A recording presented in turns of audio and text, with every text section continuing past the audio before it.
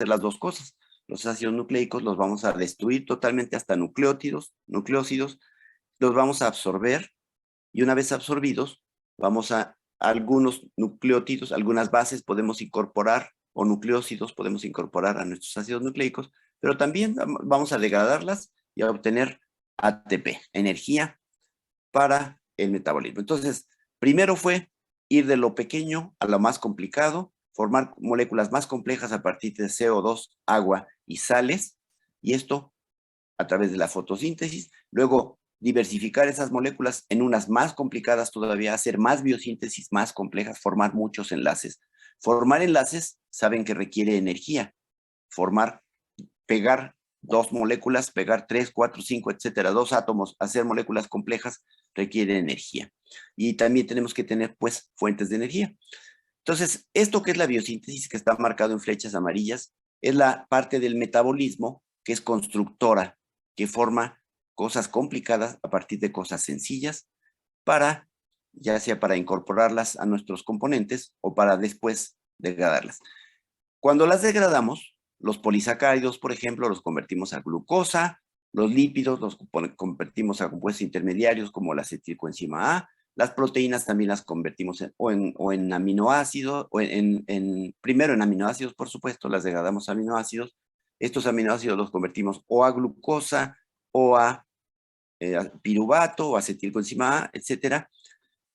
Y los destruimos finalmente en la glicolisis, en el ciclo de Krebs. Vamos a degradar estas moléculas que habíamos hecho en procesos de glicolisis, en procesos fermentativos, durante la respiración, en todos esos procesos, ahora vamos a degradar. Las flechas azules indican que vamos de lo complicado a lo más sencillo, de los polisacáridos a glucosa, de la glucosa a intermediarios de la glicolisis, y de estos a, finalmente, degradar totalmente para obtener de nuevo CO2, agua, amoníaco, etcétera. Bueno, depende del organismo, amoníaco, urea y otros desechos, ácido láctico para algunos organismos, y esta destrucción de moléculas complejas se llama catabolismo. Entonces, el anabolismo consta de las reacciones de biosíntesis, donde vamos de lo pequeño a lo grande, de moléculas sencillas, a formar muchos enlaces y a formar moléculas complicadas. Todo esto requiere energía, y una vez que las formamos o que las ingerimos,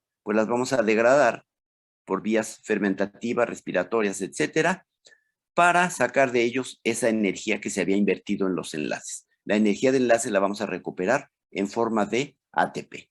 Entonces, el ATP va a ser omnipresente, va a estar tanto en la biosíntesis, porque las plantas no lo necesitarían en principio, aunque durante la fotosíntesis y procesos anexos también forman ATP. Las plantas van a formar materias primas que nosotros vamos a destruir y a obtener de ellas la energía como ATP.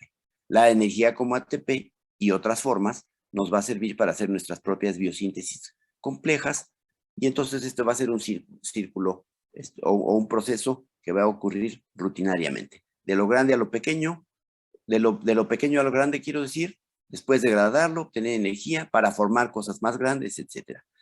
Entonces, en el camino de formar desde lo pequeño algo más grande, o de lo más grande otra vez algo pequeño, en todas esas rutas se darán cuenta de que puede haber intermediarios comunes, y los hay. Hay muchos intermediarios comunes. Si tomo una proteína y la voy a degradar, obtengo aminoácidos.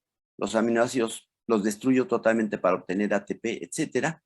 Pero si quiero ir de moléculas pequeñas, de carbohidratos, etcétera, a formar aminoácidos, también lo hago, y de ahí a proteínas. Entonces, muchas de las vías o de las reacciones son reversibles, pero algunas no lo son. Es natural que si unos caminos son reversibles, los otros no. Es decir, que cuando un camino, por ejemplo, de lo complicado a lo pequeño es un camino irreversible, pues el camino de regreso va a tener que ser también, o no va a ser libremente reversible. Como saben, una reacción que es espontánea en un sentido es necesariamente no espontánea en el sentido opuesto. Así pasa con las vías metabólicas.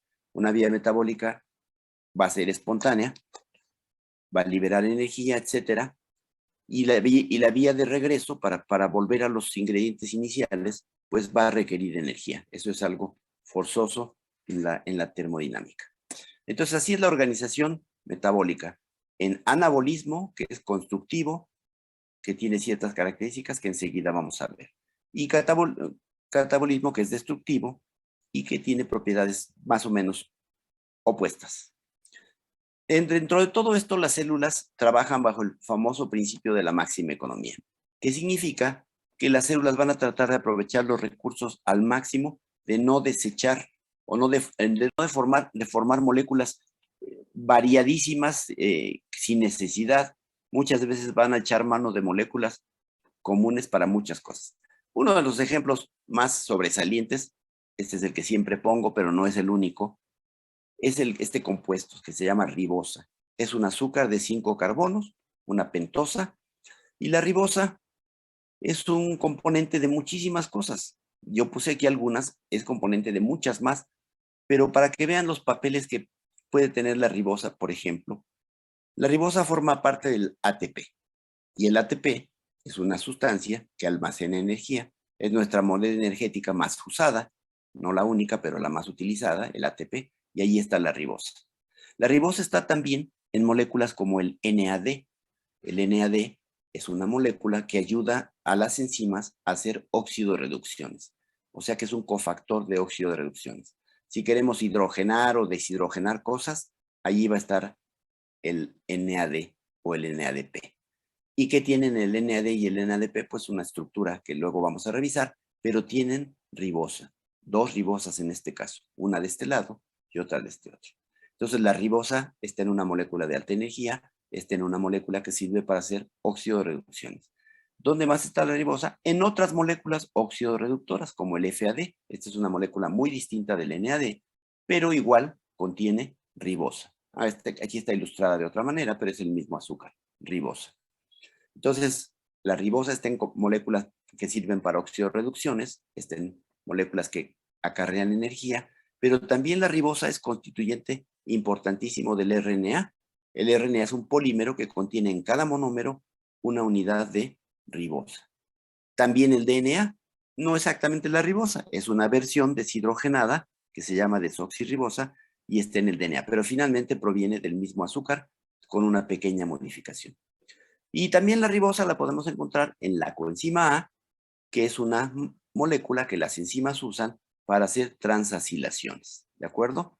Entonces, esta molécula que hace reacciones de transacilación muy distintas a las reacciones de oxidorreducción que hacen estas dos moléculas, también contiene ribosa.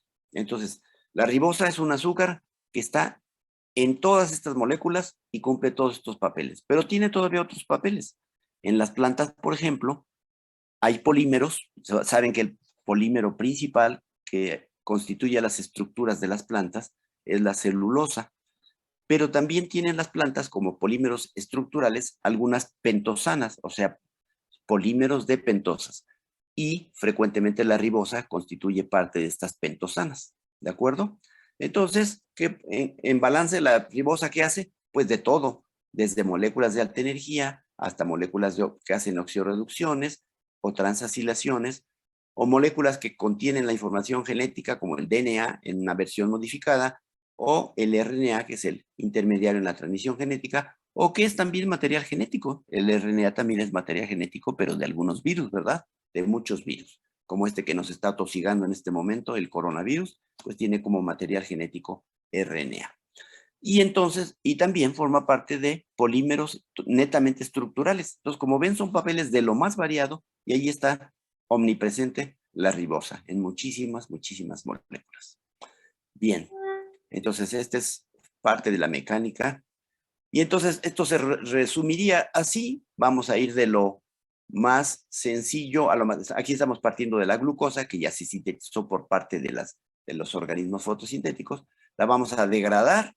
¿Para qué? Para obtener, entre otras cosas, energía. Aquí está ATP. Y vamos a usar el ATP. Bueno, y después la vamos a degradar más hasta CO2. Y todo este ATP lo vamos a usar ¿para qué? Pues para construir. Para que con toda la energía que obtuvimos y los intermediarios que también se formaron, vamos a construir nuestras propias cosas, nuestras propias moléculas, ya sean monoméricas o poliméricas. ¿De acuerdo? Entonces, el camino de degradación de la glucosa da energía, el camino de formar moléculas como glucosa y otras consume energía. Ajá. Bueno, la energía ya sabemos de cuántas formas la utilizamos. ¿De cuántas formas utilizamos la energía? A ver, ¿quién quiere participar en esto? ¿De cuántas formas de energía pueden observar en un organismo vivo? Pues no se limiten a los seres humanos, que somos bastante reducidos en cuanto a las cosas que podemos hacer, sino a todos los organismos que se les ocurran. ¿Cuántas formas de energía hay en los organismos vivos? Pues puede ser ¿Podría ser como energía cinética? Energía cinética, claro, tenemos energía cinética. A ver, déjenme ver, no sé dónde quedaron los participantes. energía química también, ¿no, profe? A ver, energía cinética, sí, ejemplos. Rapidito, rapidito, compañerita de los de la energía cinética, para que nos vayamos rápido. ¿Seguro tienes algo en mente? ¿Ah, yo? ¿La que dijo de cinética? Pues sí, Pues para el movimiento. para que note la participación. O sea, las participaciones no son que digo una palabrita y ya. A veces una palabra es extraordinariamente aportadora, pero a veces complementen un poquito para que sea una participación completa. ¿Tú eres Luisa Fernanda? Sí. A ver, Luisa Fernanda, energía cinética, ¿cómo en qué? Para energía del movimiento. Mo- Pues eso quiere decir energía cinética, pero ¿cuál movimiento? A ver, ¿cuántos tipos de movimiento?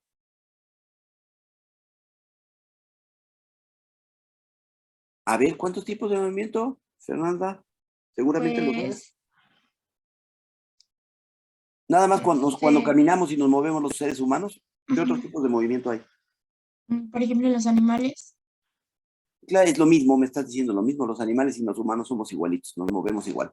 mm, Por ejemplo, para que un ave pueda volar. Ya estás repitiéndote. Las aves son animales y se mueven. Volar, caminar, correr, hacer sentadillas, todo eso requiere energía cinética. ¿Qué más? Profe, ¿podría ser los movimientos internos que tiene el cuerpo, como el bombeo del corazón, la sinapsis de neuronas también?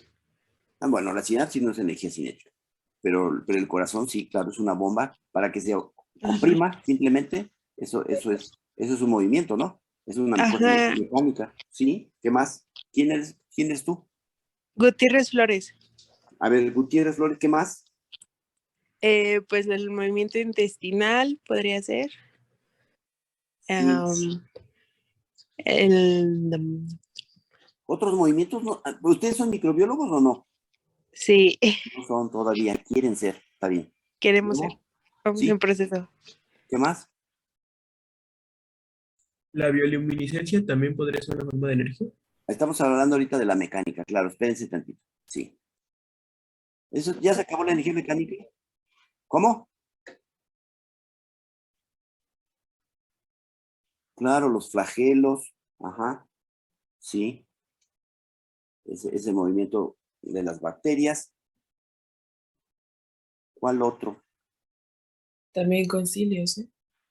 Cilios, flagelos, sí, exacto. Otro tipo de energía, ya noté a Fernanda y a Daniela, Daniela Fernanda, Luisa Fernanda y Daniela Fernanda. Estaban diciendo que otro tipo de energías, la luminiscencia. Sí, yo dije la bioluminiscencia, por ejemplo, de algunos peces que viven en las profundidades y que brillan. Exacto, la bioluminiscencia no de los peces, sino de sus bacterias.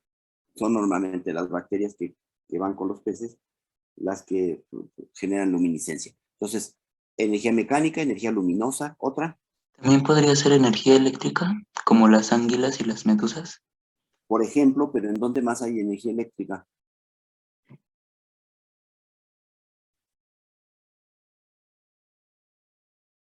En las, para la transmisión de mensajes del sistema nervioso. Las neuronas, claro, Rodrigo Pérez, Álvarez Pintos. Ajá. Sí, la transmisión nerviosa es una forma de energía eléctrica. Tiene que ver con iones, que son los que conducen los estímulos eléctricos. Otro tipo de energía, Energía química, esa es muy importante, ya la habías dicho, ¿verdad? ¿Tú eres quién? Mariana Morales. Mariana Morales, energía química, ¿qué quieres decir con eso? Pues cualquier proceso puede ser glucólisis, puede ser fotosíntesis, o sea, esa energía química se convierte, pues, ahora sí que en energía. Pero ¿qué es energía química? Pues, Glicólisis es un proceso. ¿Dónde está la energía química ahí? ¿Qué es lo que está pasando ahí? pues una reacción química, o sea, o varias reacciones químicas para dar energía en este caso. De acuerdo, tenemos la energía química. Por ejemplo, el ATP es energía química. ¿Qué Ujú. nos permite hacer el ATP? Pues es la moneda de cambio para, Ya lo sé, pero vamos, ser un poco más concreta en cuanto a qué es exactamente lo que haría el ATP.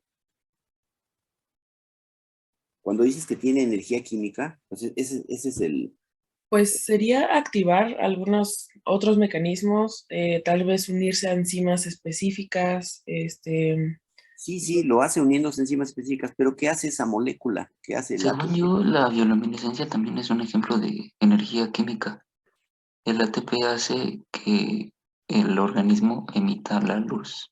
Claro, el ATP hace que el organismo emita luz, el ATP hace que el organismo se mueva, el ATP hace que las aves vuelen y no en la conducción nerviosa exactamente, pero sí, la energía del ATP se usa para todas las demás formas de energía.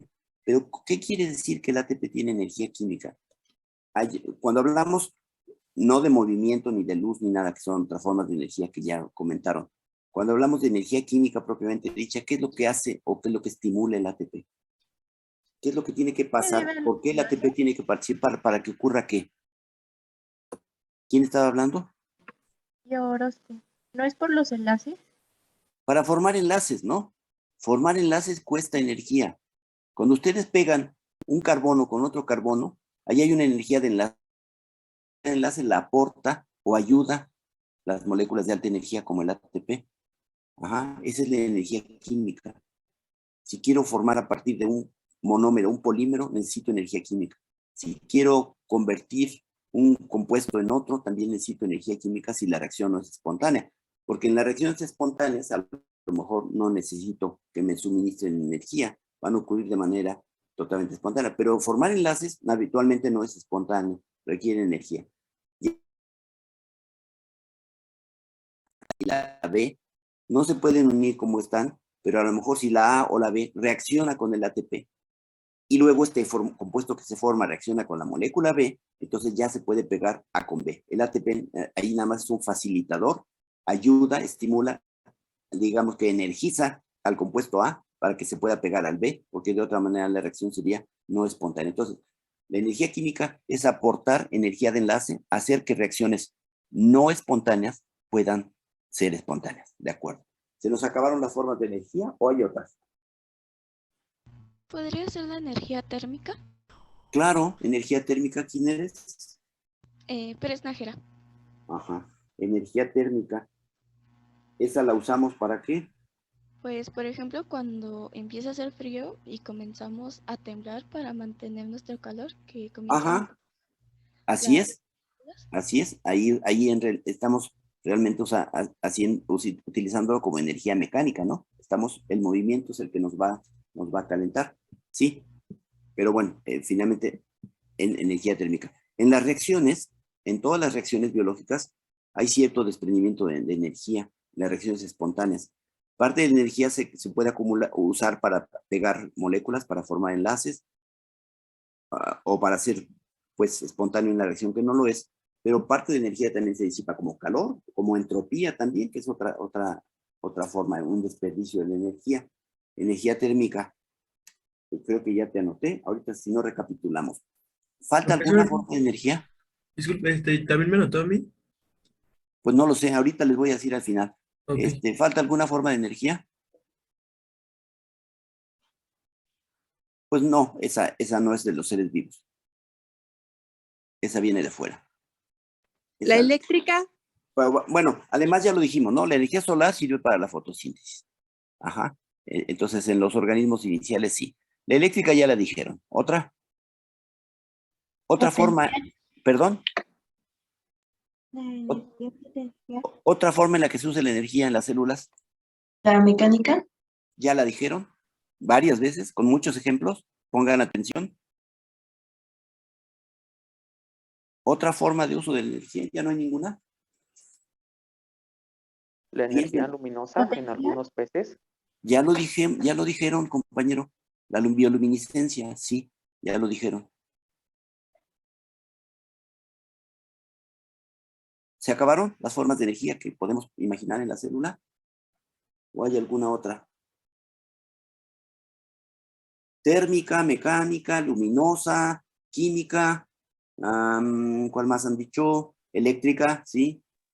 Energía metabólica. Pues es lo mismo que energía química, ¿no? O que todas estas cosas, porque el movimiento es parte también del metabolismo.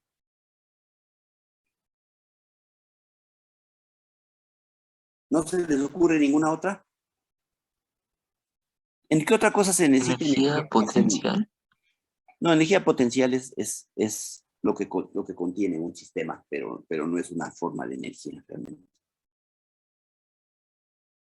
Voy a atravesar la avenida usando energía potencial. Pues sí, toda la energía es potencial, mientras no tiene, no se utiliza. El transporte, por ejemplo, ¿transporte en dónde? ¿En la sangre? No, ese es mecánico básicamente, el transporte ahí es mecánico, es energía mecánica, bombea al corazón. ¿En dónde hay transporte que necesite energía? En la membrana. Claro, en las membranas, A veces las moléculas entran libremente, hay moléculas, sobre todo las moléculas no polares no tienen ningún problema para atravesar la membrana, pero las moléculas polares o cargadas muchas veces requieren de transportadores específicos, ¿de acuerdo? Entonces, allí hay movimiento de proteínas, hay bombeo, hay bombas y hay canales, esos pues digamos que pasivamente o más o menos pasivamente dejan pasar algo, pero hay bombas que se mueven, etcétera. Entonces, la energía se usaría ahí para transporte, que también es una forma de movimiento, ¿no? Pero a través de una membrana, un poco menos obvia que cuando caminamos o cuando una amiba se va moviendo, que también ahí usa energía para formar sus pseudópodos y demás, ¿no? Energía mecánica, química que convierte en energía mecánica.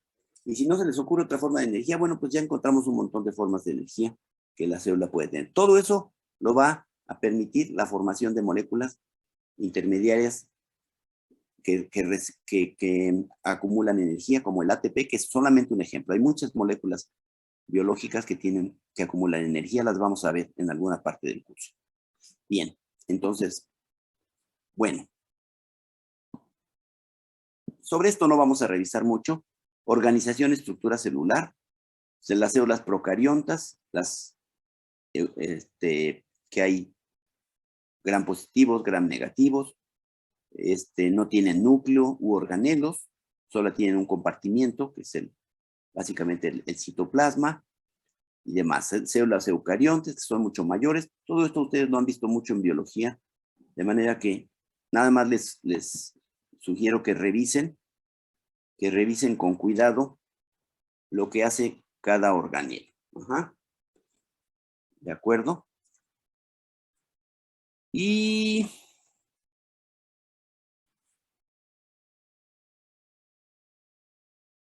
vamos a ver.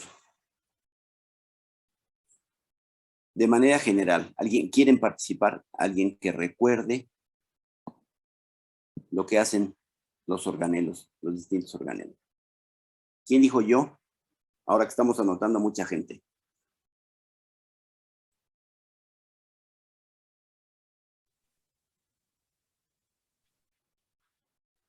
Ajá. Contiene la información genética, el núcleo. Y también da como las indicaciones para que todo se lleve a cabo. O sea, Eso es algo que tiene el DNA, ¿verdad?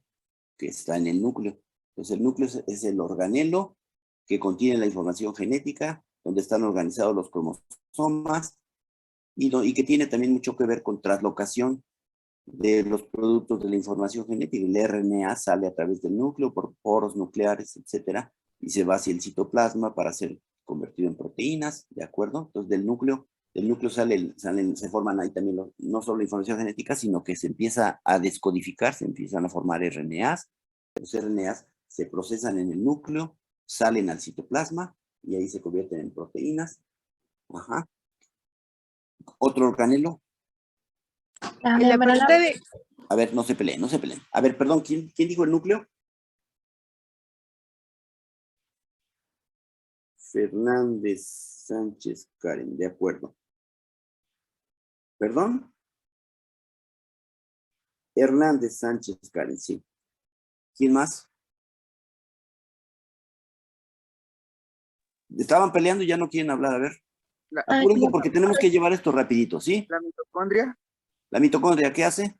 es donde se lleva a cabo la transformación de energía para las funciones celulares. O sea, La producción del ATP. entonces lo que se hace en la mitocondria es ¿qué cosa? El ciclo de Producir Krebs y la ATP. cadena transportadora de electrones. Producción de ATP, lo que quiere decir, ¿de dónde se produce el ATP? ¿Cómo se produce el ATP? De forma general, ya sé que lo vamos a ver en este curso. Compañero que participaste en la mitocondria, ¿cuál es tu nombre? Y termina con lo que estás diciendo. Armando de Jesús. Tu apellido. Es que los tengo por apellido. De Jesús Vega. Ah, de Jesús. Bien. A ver, Armando. ¿Qué hace la mitocondria?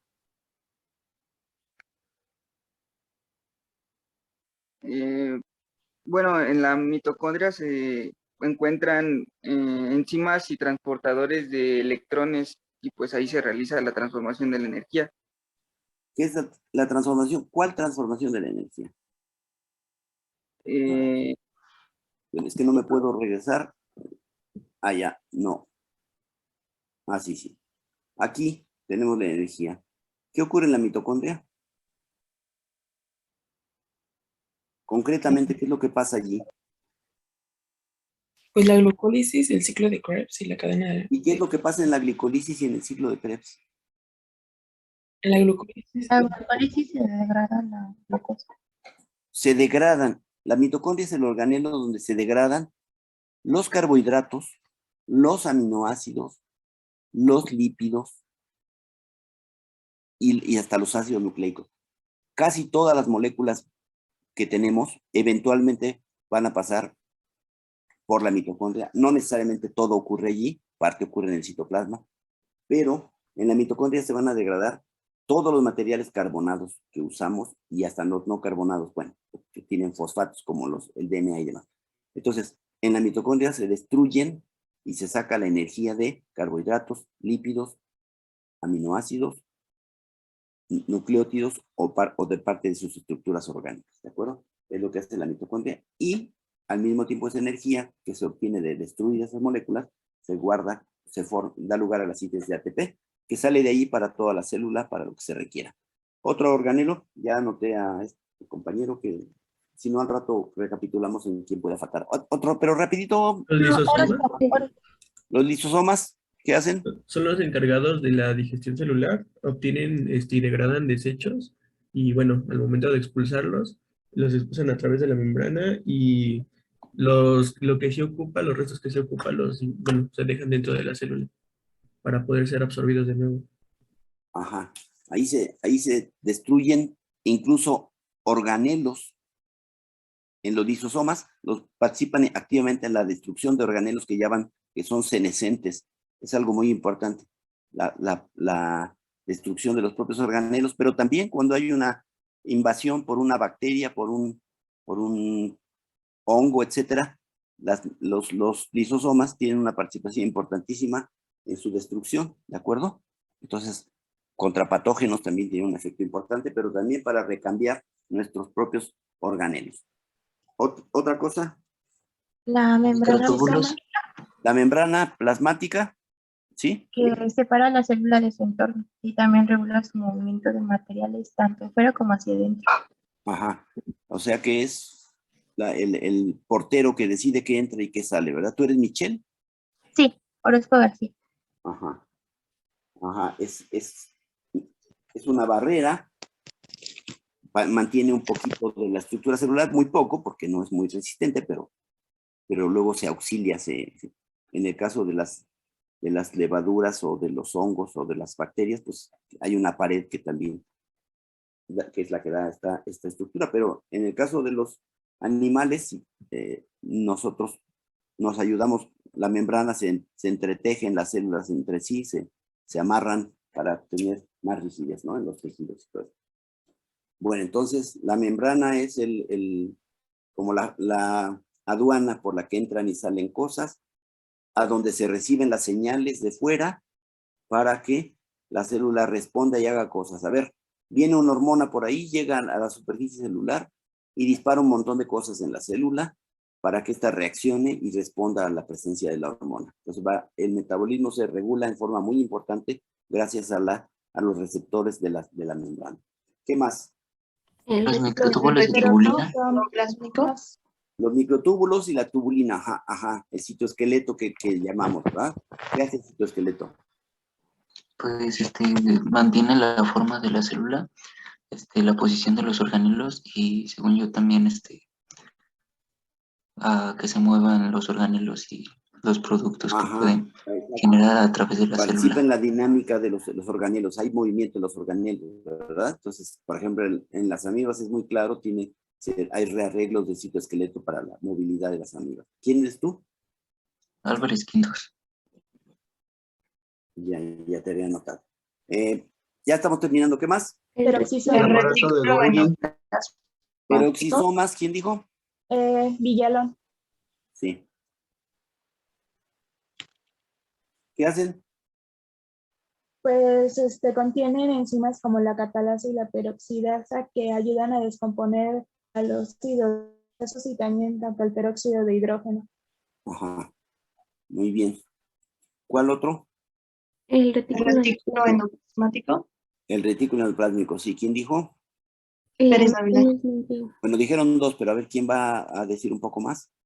Pues se encargan de sintetizar y modificar las proteínas y lípidos. Ajá. Hacerles modificaciones a las proteínas, glicosilaciones y otros cambios químicos. A los lípidos los alarga frecuentemente, a los ácidos grasos los alarga, les hace modificaciones igualmente. De acuerdo. Estamos hablando del Golgi, ¿verdad? ¿O del retículo? Del retículo endoplásmico.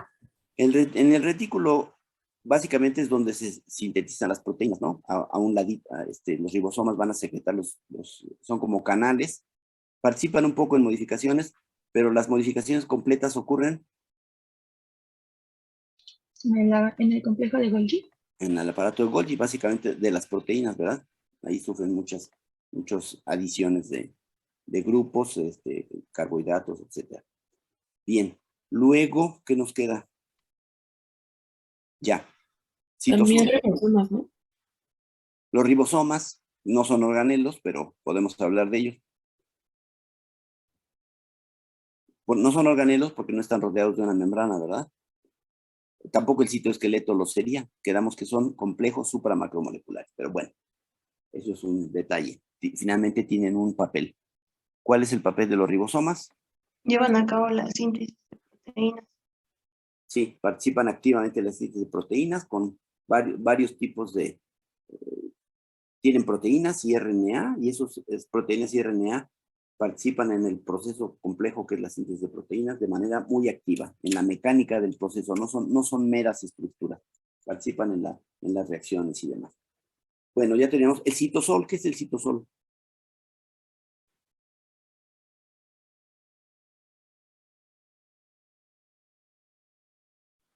¿El citoplasma? Son lo mismo. Casi. ¿Qué es el citosol? ¿Qué hace el citoplasma en todo caso? Pues en sí es básicamente lo que rellena la célula, lo que no están ocupando los organelos, pues ocupa ese espacio y pues le da como que cierto sostén a todo lo que tiene dentro la célula, además de que pues se lleva a cabo la glucólisis. No, entonces hace muchísimo más que una agüita donde todo está nadando, ¿no? Hace muchas más cosas. Hay un montón de enzimas, un montón de procesos metabólicos ocurren en el citosol, con enzimas solubles. Citosol quiere decir la parte soluble del citoplasma. Algunas células, o todas las células, tienen alguna cantidad de gránulos hay sustancias que se acumulan de forma granulosa, como el glucógeno, por ejemplo. Entonces, esas serían, no es la parte fluida, el citosol sería la parte propiamente fluida, que contiene básicamente muchas enzimas y hace muchos procesos metabólicos, ¿de acuerdo? Entonces, ese sería, eso quiere decir citosol, parte soluble o fluida del citoplasma. Ajá. Las basas lipídicas, que están aquí abajo.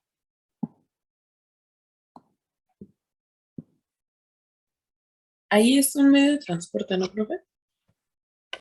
Eso lo van a averiguar, entonces, ¿sí? Esto que se llaman balsas lipídicas, van a averiguarlo y van a enviármelo como tarea. Las basas lipídicas, ¿de acuerdo? Ya acabamos con todo esto, sí, ¿verdad? Estas células. ¿Nos falta algún organelo? Porque esta es una célula animal. ¿Qué nos falta? No puedo avanzar en la... ya. Bueno, ese es el citoesqueleto, nada más para que lo vean teñido ahí con faloidina. El citoesqueleto. Una célula vegetal. ¿Qué nos faltó en la célula vegetal?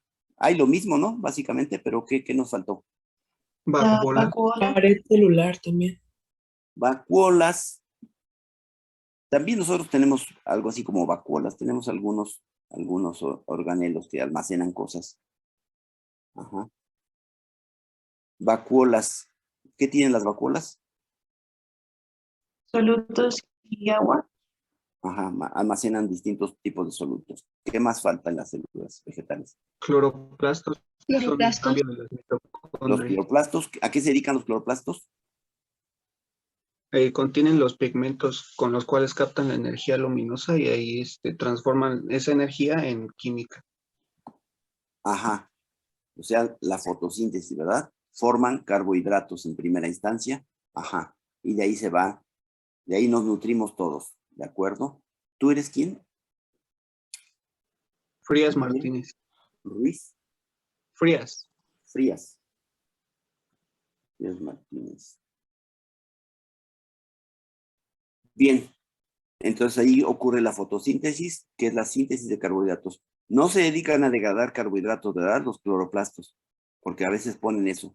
Eso ocurre en las mitocondrias, ¿de acuerdo? Muy bien. ¿Qué más? Y la pared celular. La pared celular, exactamente, que no la habíamos visto porque era una célula animal la que teníamos. Esa está constituida de básicamente polisacáridos normalmente, que ya sea celulosa, quitina. En el caso de las bacterias, pues ya saben, la peptidoglicana. ¿Qué más? Todo lo demás ya es común. Lo mismo que hay en células animales. Muy bien, pues esto es como repaso, pero entonces recuérdenlo, denle una revisadita a esto de sus cursos de biología básica o de biología celular, porque tienen que recordar todo esto. Vamos a hablar de algunos de estos organelos en el curso, no de todos, de algunos. Bueno, entonces vamos a la siguiente. Las bacterias pues, no tienen organelos, ¿verdad? Aquí están comparando una célula eucarionte y una procarionte. ¿Hay algo en las bacterias especial? Pues el DNA está, digamos que, organizado en el citoplasma, no está tirado, disperso, como dicen, está bastante organizado, pero no tiene una membrana que lo delimite. Esa es la diferencia con los eucariontes.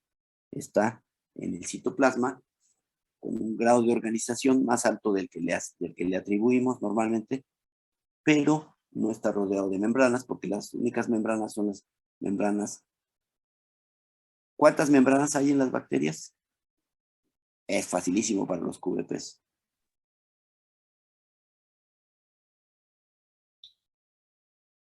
Y se quedan todos callados. Es que está la pared celular y si es gram negativa tiene membrana externa, si no mal recuerdo, y la membrana normal, ¿no? O sea, membrana citoplásmica o plasmática y otra membrana externa. Membrana interna y membrana externa. En gram negativos y en gram positivos. Solo la pared celular y la membrana. Solo la pared celular. Y la membrana plasmática, ¿verdad?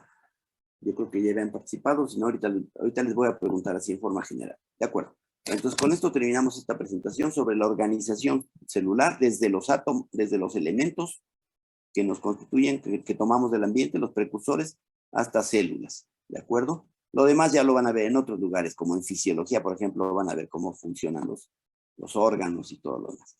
Bien, entonces voy a cerrar esta presentación y ahorita, antes de pasar a otra cosa, recapitulamos sobre quiénes participaron ahorita. Que hayan dicho algo interesante, también, ¿no? Que, yo hablé, bueno, pero sí, hablaron y dijeron una cosa muy sencilla. Esto es difícil, ¿no? Evaluarlos es difícil, pero sí se trata de fomentar su participación, es lo que se quiere, básicamente, ese es el objetivo fundamental. Más que calificarlos, hacerlos que participen. Déjenme compartir la siguiente. No sé por qué no la tengo aquí la presentación. Bien, entonces, ahorita registré a Rodrigo Álvarez Quintos, a Alan Suriel Frías, a Luisa Fernanda Gil, a Daniela Fernanda Gutiérrez, a Denise Hernández Sánchez, a Joel Martínez Mendoza, a Mariana Morales Cervantes, a Michelle Orozco García, Mariana Pérez Dávila y a Berenice Villalón Samarripa. A los que no puse, si fue una omisión, porque dijeron algo interesante, hablen. Pero si creen que dijeron algo que dijeron los demás, espérense para otro día. Esto es totalmente aleatorio, yo no los conozco, de manera que no tengo ninguna predisposición y los voy evaluando como al vuelo. Es un poco complicado el asunto, porque hay una dinámica de la clase, yo tengo que estar atento a lo que se está diciendo, a los argumentos y demás, y a su participación y anotarla. Esto distrae un poco, y entonces a veces puedo tener una omisión, pero normalmente cuando alguien dice algo muy interesante, difícilmente lo voy a omitir. Entonces, alguien que considere que dijo algo interesante y que no lo anoté aquí. Yo. Ajá. ¿Qué dijiste primero? Y ya después vemos si te anotamos. Dije lo de la energía térmica. Ajá. ¿Quién eres? Pérez Nájera. Pérez Nájera. De acuerdo. Bueno, muy bien. Entonces, ¿qué dijiste? Lo de las mitocondrias. ¿Qué dijiste que hacían las mitocondrias? ¿Ok? Que ahí que se lleva a cabo la de la transformación de la energía. No sé si eso cuente. Estuve pregunta y pregunta cómo es eso de la transformación de la energía, porque transformaciones de energía hay en todos lados. Bueno. ¿Habla? No, nada, ya. Yo también, profesor. No sé si cuente. ¿Qué dijiste? Lo del retículo endoplasmático. ¿Qué hace qué? Modifica y sintetiza las proteínas y los lípidos. Ajá. A ver, entonces díganme sus dos nombres. Martínez Nuncio. Martínez Nuncio. ¿Y el otro, el compañero? De Jesús Vega. Muy bien. Bueno. Vamos ahora a revisar otra cosa. Yo la tenía aquí. Ajá. Sí. Compartir pantalla. Vamos a pasar a otro tema, que es un tema que nos gusta mucho. Por alguna razón. Esta no lo estoy viendo. A ver, déjenme cerrar aquí. Vuelvo a compartir pantalla. Eso ya. Ahora aquí está. Vamos a hablar de un tema que se llama agua. Que les digo que en nuestro departamento tenemos muchos años revisándolo. Cuando los textos casi ni siquiera lo consideraban, nosotros ya lo habíamos incluido en los programas. Esa es ahora en casi cualquier texto de bioquímica tiene el tema de agua. Y bueno, vamos a ver el tema de agua porque tiene muchas cosas muy interesantes.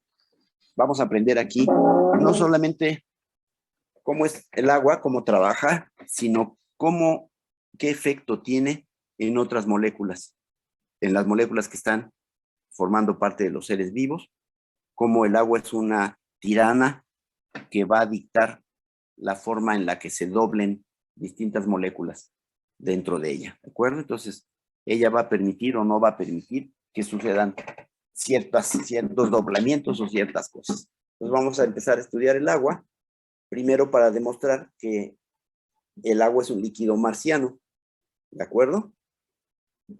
Bueno, no está muy claro si hay en Marte, parece que hay indicios de que sí hay agua en Marte. No tendría por qué no ocurrir que hubiera un poquito de agua en cualquier planeta, ¿no? Lo que pasa es que en muchos casos a lo mejor ya se ha perdido. En algunos casos la atmósfera, sobre todo en planetas pequeños, pues no es suficientemente retentiva para que se mantengan moléculas pequeñas. El agua es una molécula pequeña, pero con propiedades muy especiales. Y digo que es marciana porque aunque hay mucho más en la Tierra, el agua se comporta de manera muy marciana, muy rara. Es un líquido muy extraño. Vamos a demostrar eso.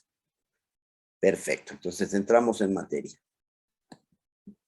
Bueno, primero, la importancia biológica del agua, pues casi sobra decirlo porque todo el mundo desde la primaria les está diciendo que el agua es importantísima.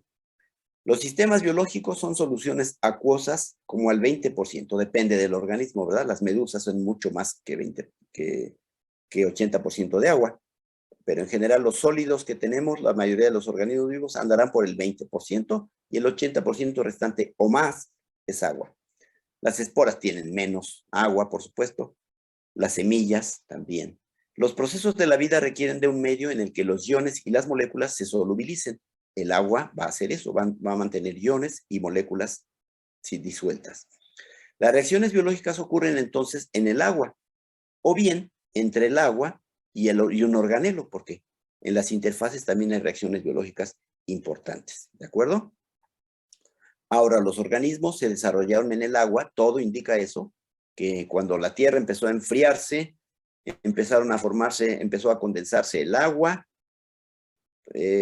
y el agua empezó a formar, empezó a formar océanos y demás, pero básicamente, cuando el agua se concentraba, por ejemplo, en oquedades, en agujeros, etcétera, el agua estaba tan concentrada que podía tener una buena cantidad de moléculas que podrían reaccionar en esa concentración y que se fueron formando y después incorporando al resto del agua, ¿no? Entonces, en el agua se originó la vida, todo indica eso, y los organismos se desarrollaron en el agua y salieron del agua, como nosotros, cuando la pudieron abandonar, rodeándose de una piel. O sea, nosotros nos rodeamos de una piel que nos ayuda, entre otras cosas, a evitar la evaporación y que nos permite mantener un montón, el 80% del agua que tenemos por ahí.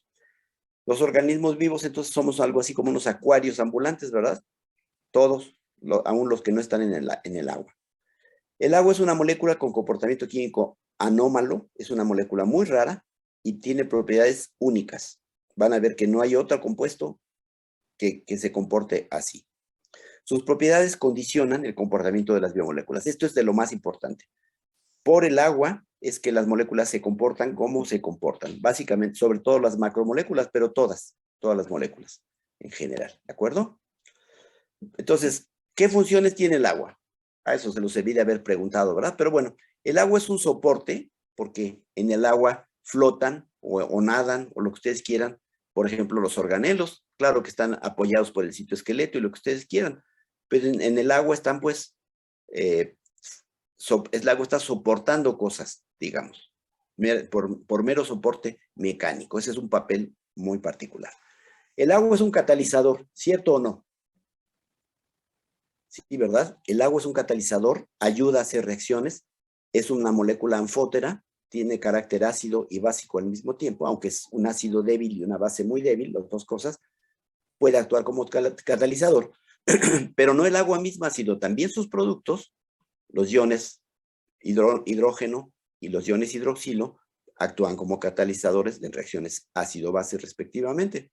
Entonces el agua es un catalizador también. Por supuesto es un reactivo, ¿no? Muchas reacciones utilizan agua, básicamente las reacciones de hidrólisis, ¿de acuerdo? O de hidratación, simplemente, no necesariamente las hidrólisis. Entonces, es un catalizador, es un disolvente, eso está muy claro. El agua disuelve un montón de cosas, le llaman el disolvente universal.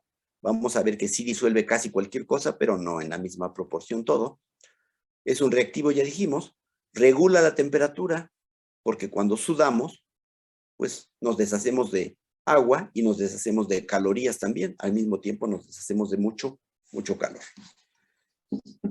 Es un transportador, pues porque el agua va a llevar las sales, por ejemplo, desde el suelo hasta la última hoja del árbol más alto que se les ocurra. Todo eso va a ser un medio de continuidad acuoso, donde los iones van a poder ascender, porque los iones son necesarios, ya dijimos, para las reacciones celulares. ¿Se acuerdan que ayudan a las enzimas a hacer catálisis, a trabajar? Entonces los iones tienen que estar en todas las células, los oligoelementos, los elementos intermedios, van a tener que transportarse a través del agua, o también, si lo vemos así, el oxígeno se transporta a través de los eritrocitos en los animales, y los eritrocitos los mueve mecánicamente el corazón, pero van nadando en el agua, ¿no? En el plasma. Bueno, entonces el agua también es un transportador, es un medio de reacción, lo que significa que tiene una polaridad particular que permite o no ciertas reacciones, o fomenta o no ciertas reacciones, estabiliza o no ciertos intermediarios, y entonces no es lo mismo, no ocurrirían lo mismo las reacciones biológicas en agua, o como ocurren en el agua, que si tuviéramos como solvente benceno, ¿no? Las reacciones que ocurrirían serían muy diferentes porque este es un medio de reacción distinto. Un medio de reacción quiere decir entonces eso, algo que estimula, que estabiliza intermediarios o no, etcétera, y que provoca que haya ciertos tipos de reacciones o no. Eso es un medio de reacción. Y el agua es un lubricante, porque el agua está hidratando proteínas, básicamente, y carbohidratos, y entonces en las mucosas, por ejemplo, el agua adherida a estas moléculas evita el roce, evita la fricción de los alimentos o de las partículas que respiramos en las vías respiratorias, en el tubo digestivo. En las mucosas, el agua tiene un papel lubricante asociada a estas macromoléculas, básicamente a los polisacáridos y a las proteínas. ¿De acuerdo? Entonces, todo esto hace el agua. Y vamos a empezar a estudiarla y a demostrar que es un líquido muy raro, de comportamiento anómalo. ¿Cuáles son las propiedades físico-químicas del agua que vamos a recordar o que vamos a estudiar? Son todas estas. Sus propiedades que llamamos térmicas, los puntos de fusión, ebullición, el calor de vaporización, el calor específico, aunque no esté allí. Todas esas son propiedades térmicas del agua. Vamos a estudiar que el agua tiene un alto momento dipolo, que es una molécula sumamente polar, que tiene una viscosidad mediana, no es una viscosidad muy grande, que tiene una alta tensión superficial, una elevada constante dieléctrica.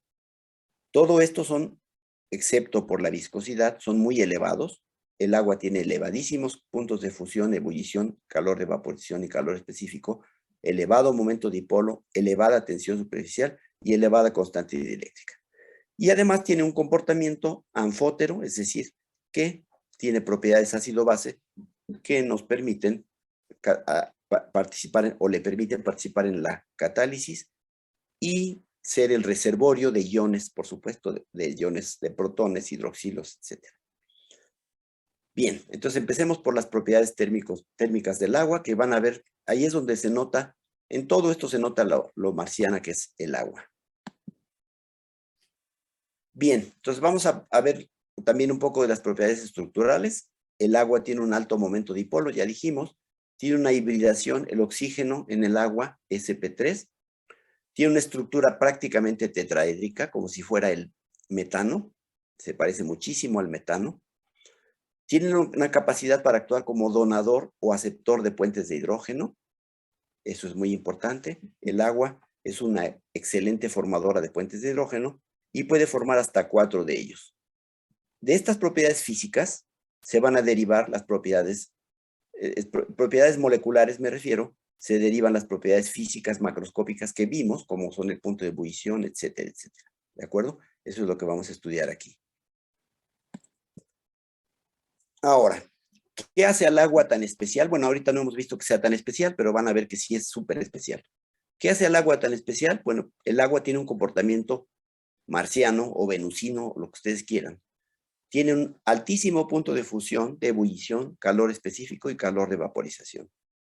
Alta tensión superficial, viscosidad mediana o baja, afortunadamente, y tiene una propiedad muy especial, que es el hielo que es el sólido del agua, sea menos denso que el agua misma.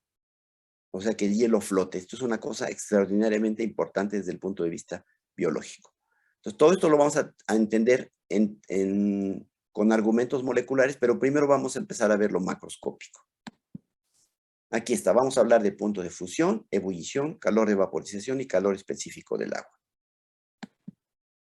Ahí hay una gráfica que nos muestra cómo se comporta el agua. Aquí está el agua. Respecto a sus parientes más cercanos. ¿Con quién estamos comparando? Estos compuestos son hidruros ¿de qué cosa? De elementos del grupo del oxígeno. ¿Se acuerdan de la tabla periódica? Hasta arriba está el oxígeno, abajo de él está el azufre, selenio, telurio y polonio hasta abajo de la tabla. Todos los elementos del grupo del oxígeno están aquí en forma de hidruros de los elementos. Vean la gráfica con cuidado y quiero que alguien participe. Esta va a ser una participación un poquito más elaborada que lo que contestaron hace rato. A veces son participaciones más cortitas. Entonces, el que esté listo para hablar, díganos qué nota en esa gráfica. Estamos comparando al agua con hidruros de su mismo grupo. O sea que tendrían un comportamiento químico parecido. Su valencia es la misma, etc. Por eso se ponen en un grupo, ¿verdad? Porque tienen la misma valencia y propiedades parecidas. Claro que van aumentando en tamaño. El hidruro de polonio es muy grande, el hidruro de oxígeno es pequeño. Tiene un peso atómico de 18, ¿se acuerdan? ¿Quién quiere comentar la gráfica?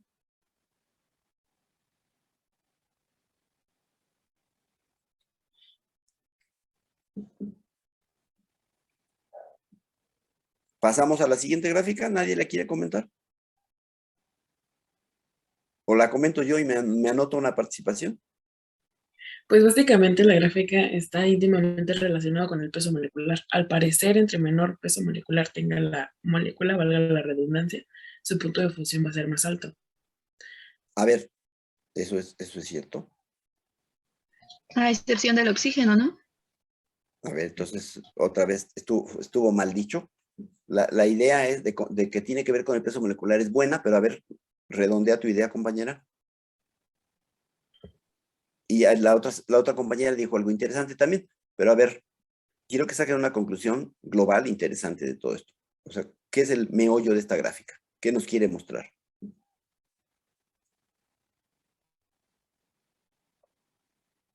¿Ahora ya ninguna? A ver, compañera del peso molecular. Se me contrapea el cerebro, profe, porque, o sea... ¿Cómo? ¿Qué le pasó a tu cerebro? Se cuatrapeó. Ah, caray. Sí, se me fundió un poco. A ver, pero tenías un argumento muy interesante. ¿Qué dijiste? O sea que el punto de fusión. El punto de fusión de los hidruros, de los átomos del grupo del oxígeno, ¿cómo es? Alto, ¿no? No, es que te estoy diciendo de los hidruros y entonces no me puedes decir alto porque hay muchos aquí. Cada uno tiene un punto de fusión diferente. ¿Qué es lo que vemos como tendencia? ¿Qué es lo que la cosa que dijiste interesante al principio la estás echando a perder? Estás confirmándonos que se te cuatrapeó el cerebro, pero descuatrapéalo.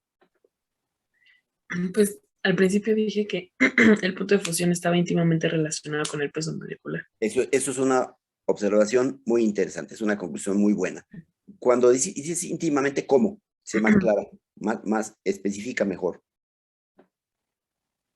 Pues los compuestos que no tienen oxígeno como el agua, que tienen el azufre, el selenio, el Los teluro. hidruros del grupo del oxígeno, Ajá, efectivamente, excepto el agua, que excepto el agua, o sea que se comporta de una manera diferente, pues tienen un punto de fusión no tan alto como el agua. a ver, Sin embargo, la otra compañera, para anotarles a las dos, la otra compañera, ¿qué quería agregar? Ajá, es que sí, mi compañera había dicho que entre menor sea el peso molecular, bueno, de los que vemos aquí, que son del mismo grupo, entre menor era el peso molecular, era más bajo el punto de fusión. Ella dijo al revés, se equivocó, pero bueno, Ajá, sí, entonces efectivamente. yo dije, o sea, sí, Aquí pero tenemos, el aquí único que tenemos no cumple con... Ajá. Ay, perdón, ¿qué? Síguele. Que el único que no cumplía con esa tendencia era el oxígeno. Aquí lo importante de esta gráfica es decir, que los hidruros de los elementos del grupo del oxígeno tienen un comportamiento perfectamente claro, prácticamente lineal, donde a mayor peso molecular, porque el átomo es más grande, es mayor el punto de fusión. Eso es una regla en casi cualquier tipo de compuesto. A mayor peso molecular, mayor el punto de fusión. Y hay un comportamiento perfectamente lineal. ¿Y qué pasa con el agua? Que el agua se sale totalmente de ese comportamiento. Se comporta como si no fuera pariente de estos, como si no fuera de su familia. ¿Cuál debería ser el punto de fusión del agua si se comportara decentemente y no marcianamente? ¿Cuál debería ser el punto de fusión? Pues según indica la flecha es de menos 98 grados centígrados. Más o menos ese, menos 98. ¿Y qué tanto se sale de esa predicción, que sería lógica? Esto sigue una lógica, el agua no sigue ninguna lógica, sale totalmente de lo que estamos viendo. ¿Cuánto dista de ese punto de fusión del punto de fusión que conocemos para el agua? ¿Cuál es el punto de fusión del agua? 0 grados centígrados. 0 grados. A ver, las dos compañeras las voy a anotar. ¿Quiénes son? A lo mejor ya habían participado y ya no los vuelvo a anotar, pero díganme. Mariana Morales. Morales. Sí, ya estaba anotada. ¿Quién más? Bobadilla de Luis. Bobadilla es nuevecita. Se está estrenando en sus participaciones. Hay muchos que no se han estrenado, ¿eh? Bien. Entonces, ¿qué es el punto de fusión? Vamos a recordar. ¿Qué es el punto de fusión? Ustedes como QVPs, estoy convencido porque he dado muchas veces clases, no es que sean necesariamente mejores que los demás. Hay muy buenos alumnos en todas las carreras de la escuela, pero en general son como muy buenos para hacer definiciones. Y esto espero que no les imponga ningún estrés y que los haga tartamudear ahorita que contesten. ¿Qué es el punto de fusión?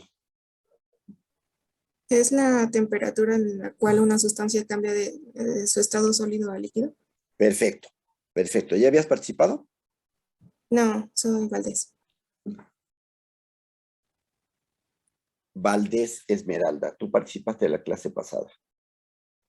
De acuerdo, ya te anoté.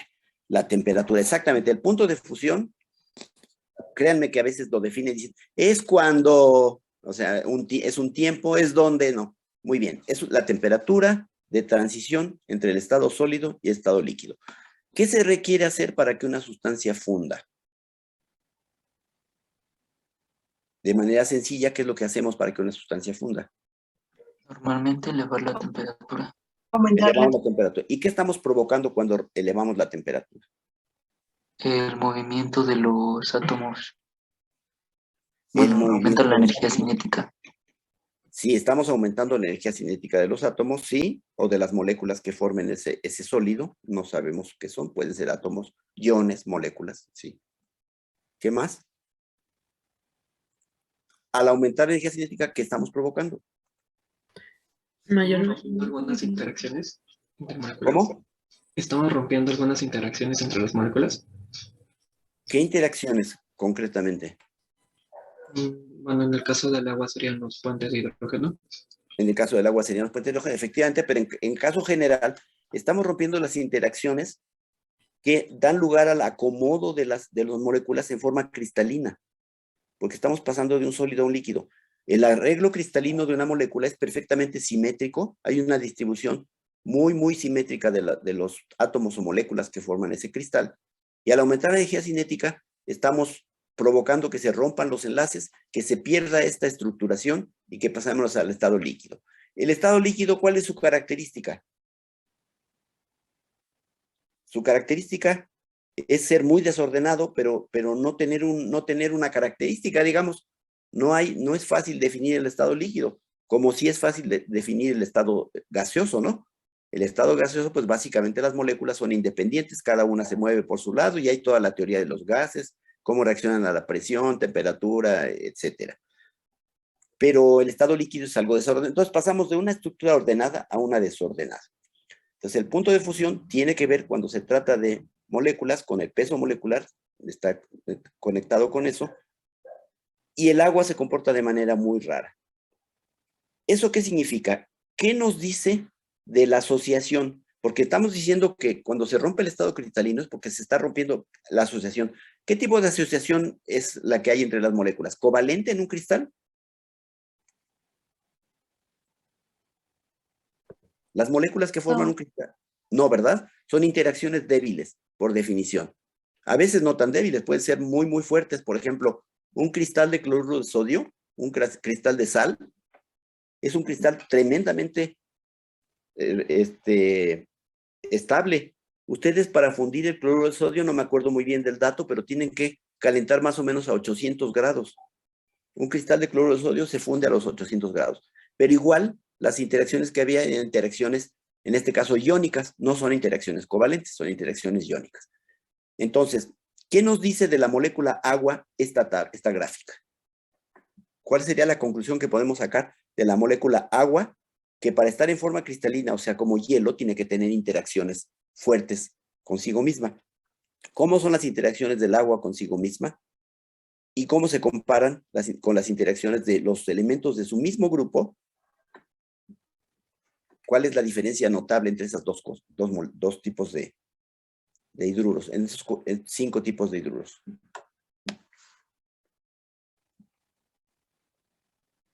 ¿Qué nos está diciendo la gráfica?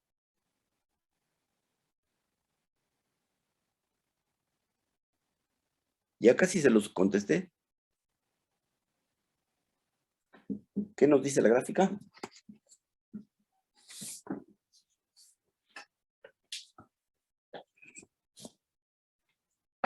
¿No nos dice nada?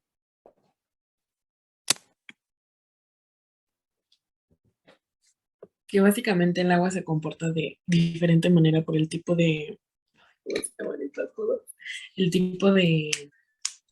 interacciones que tiene, ¿no? Por decirlo así.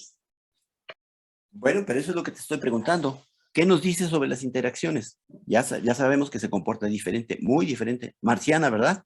Sí acreditamos la idea de que el agua tiene un comportamiento marciano.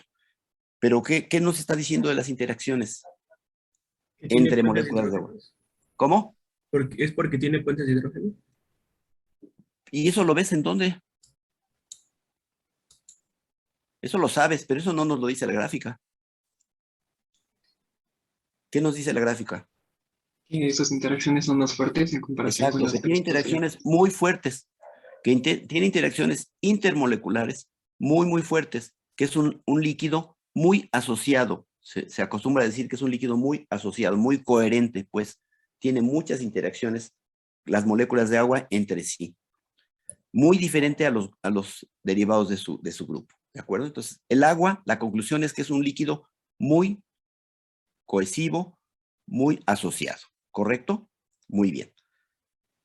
Creo que ya habías participado, ¿verdad, compañero? Vamos a la siguiente.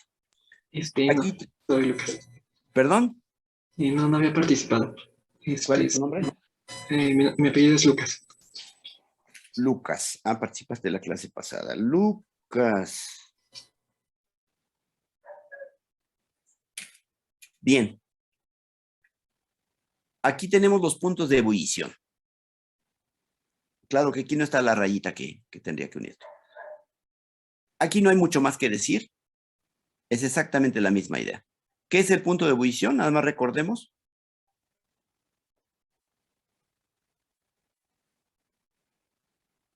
La temperatura en la que un líquido pasa al estado gaseoso, ¿verdad? Entonces el agua, de nuevo, se comporta raro respecto a sus parientes cercanos. El hidruro de azufre, el de selenio y el de telurio tienen un comportamiento casi lineal. El agua debía de andar por aquí. Tener un punto de ebullición como de menos, no sé, si extrapolamos, menos 75, algo por el estilo, ¿no? ¿Y cuál es el punto de ebullición del agua? 100 grados centígrados. Aquí la diferencia es más notable, son como 175 grados de diferencia respecto a lo que se esperaría. En el caso anterior eran casi 100, ¿no? Aquí son como 175 grados de diferencia. ¿Qué nos está diciendo otra vez? Que el agua es un líquido muy... Marciano. Sí, bien. Eso es algo más bien coloquial, no lo anden diciendo por ahí que yo les dije, pero es un líquido muy asociado, ¿verdad? Sí, el agua es un líquido muy asociado. Es tan asociado que para romper el cristal, ya lo vimos hace rato en el punto de fusión, hay que suministrar mucha energía, pero también para disociar las moléculas que están agarradas todavía en el estado líquido, aunque no tan fuerte, pero están todavía, se agarran tan fuerte que hay que calentar como 175 grados más fuerte de lo que podríamos imaginar, o de lo que la lógica nos indicaría, ¿de acuerdo? El agua, siendo una molécula de un bajísimo peso molecular, 18, se comporta como si fuera una molécula polimérica enorme. Para evaporarla cuesta trabajo, para fundirla también. ¿Por qué? Porque es muy asociada, ¿de acuerdo? Muy bien. Entonces, una cosa interesante es que el agua cuando se evapora, ni siquiera es tan coherente el agua, es tan cohesiva, que ni siquiera se evapora necesariamente como monómero. Muchas moléculas de agua que andan por ahí flotando son diméricas, triméricas y cosas por el estilo, ¿de acuerdo? Y bueno, en las nubes están por ahí asociadas de formas raras, ¿de acuerdo? Pero entonces la molécula del agua, aun cuando la calentamos y la convertimos en vapor, no es monomérica necesariamente, van agarraditas de la mano todavía algunas moléculas de agua por ahí volando juntas. Bien. Otra cuestión, el calor de evaporación. Ya no estamos comparando con los hidruros del grupo del oxígeno, estamos comparando con lo que se conoce como la serie isoelectrónica. Es decir, estamos comparando moléculas o átomos, porque este es el neón, moléculas o átomos que tienen 10 electrones en total. Y también ahí se comporta raro el agua. Estamos como comparando en un periodo, en lugar de en un grupo de la tabla periódica, en un periodo. Todos tienen 10 electrones. Entonces aquí tenemos el metano, el amoníaco, el agua, el ácido fluorídrico y el neón. ¿Y qué nos llama la atención? Que otra vez, comparado con el periodo de la tabla periódica, ya no con el grupo, el agua sigue teniendo las propiedades más elevadas. El más alto punto de fusión, el más alto punto de ebullición y el más alto calor de vaporización. ¿De acuerdo? Todo eso indica pues que el agua se comporta raro. Todavía vamos a ver otro comportamiento raro del agua más adelante. Ahorita, ¿qué es este? Ahora sí, quiero que analicen la gráfica y que alguien nos haga favor de describir esa gráfica bien descrita. Analícenla con cuidado y descríbanla. Fíjense en los parámetros. Aquí estamos midiendo densidad y aquí variando la temperatura. Es un experimento en donde nuestra variable es la temperatura y estamos viendo lo que provoca en cuanto a la densidad. Este es del agua. ¿Quién dijo yo?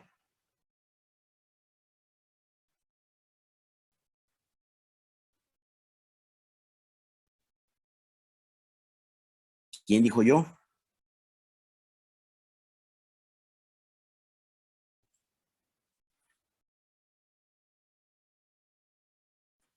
Elizabeth Mendoza.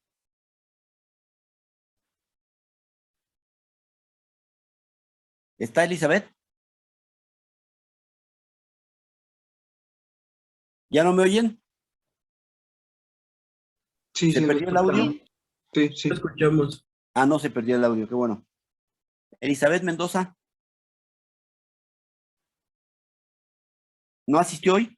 Bueno. Aldo Franco. ¿Aldo Franco tampoco vino? O sea que a todos los que mencioné no vinieron. Ruth Rivera. Aldo creo que se dio de baja, profe. ¿Ah, sí? O algo Bueno. así, comento. Bueno, ya lo veremos porque nunca va a tener participaciones, ¿verdad? Si se dio de baja. Ruth Rivera. Estoy, profe. Perfecto. A ver, Ruth, ¿puedes describirnos esa gráfica?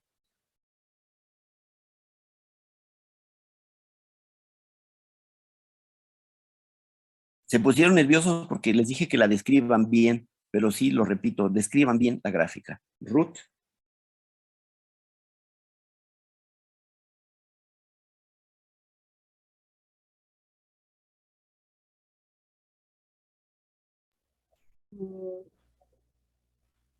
Puede ser que conforme va aumentando la densidad, aumenta, bueno, conforme aumenta la temperatura, aumenta la densidad. No, no estás describiendo lo que se ve allí.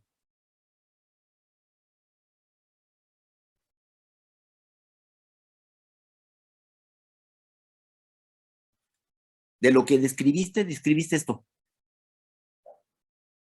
Pero no dijiste ni esto, ni lo que pasa acá. Si estamos viendo el efecto de la temperatura, eso es lo que quiero enfatizar, no a Ruth, sino a todo el grupo. Si estamos viendo el efecto de la temperatura en la densidad de un líquido, en este caso del agua, ustedes tienen que comentar lo que está pasando cuando empiezo a elevar la temperatura. Cuando tengo una temperatura X, en este caso abajo de la congelación, abajo del punto de congelación. Estamos, si quieren, menos 2, menos 4 grados, lo que ustedes quieran. Estoy abajo de la temperatura de fusión, llego al punto de fusión, paso el punto de fusión y voy mucho más allá. Entonces, nos movemos entre menos 4 grados y como 8 o 10 grados centígrados. ¿Y qué se nota, Ruth? Ahora explícalo desde el principio. ¿Qué se ve al principio?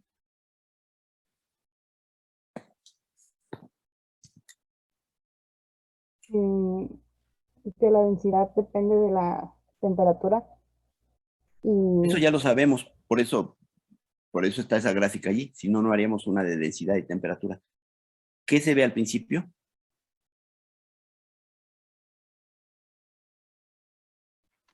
La densidad No, permanece a ver, estamos con constante. Ruth en este momento, perdón, pero estamos con Ruth en este momento. Ruth, ¿qué se ve al principio?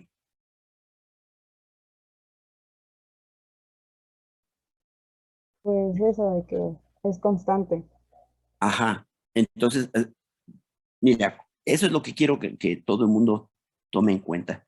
Cuando describan algo, háganlo con claridad. Se ve que es constante. Está bien la respuesta, pero es incompleta. Lo que se nota en esta gráfica es que a temperaturas de congelación, que las que podemos ver aquí, que son como menos 4 grados hasta 0 grados centígrados, la densidad del hielo es constante.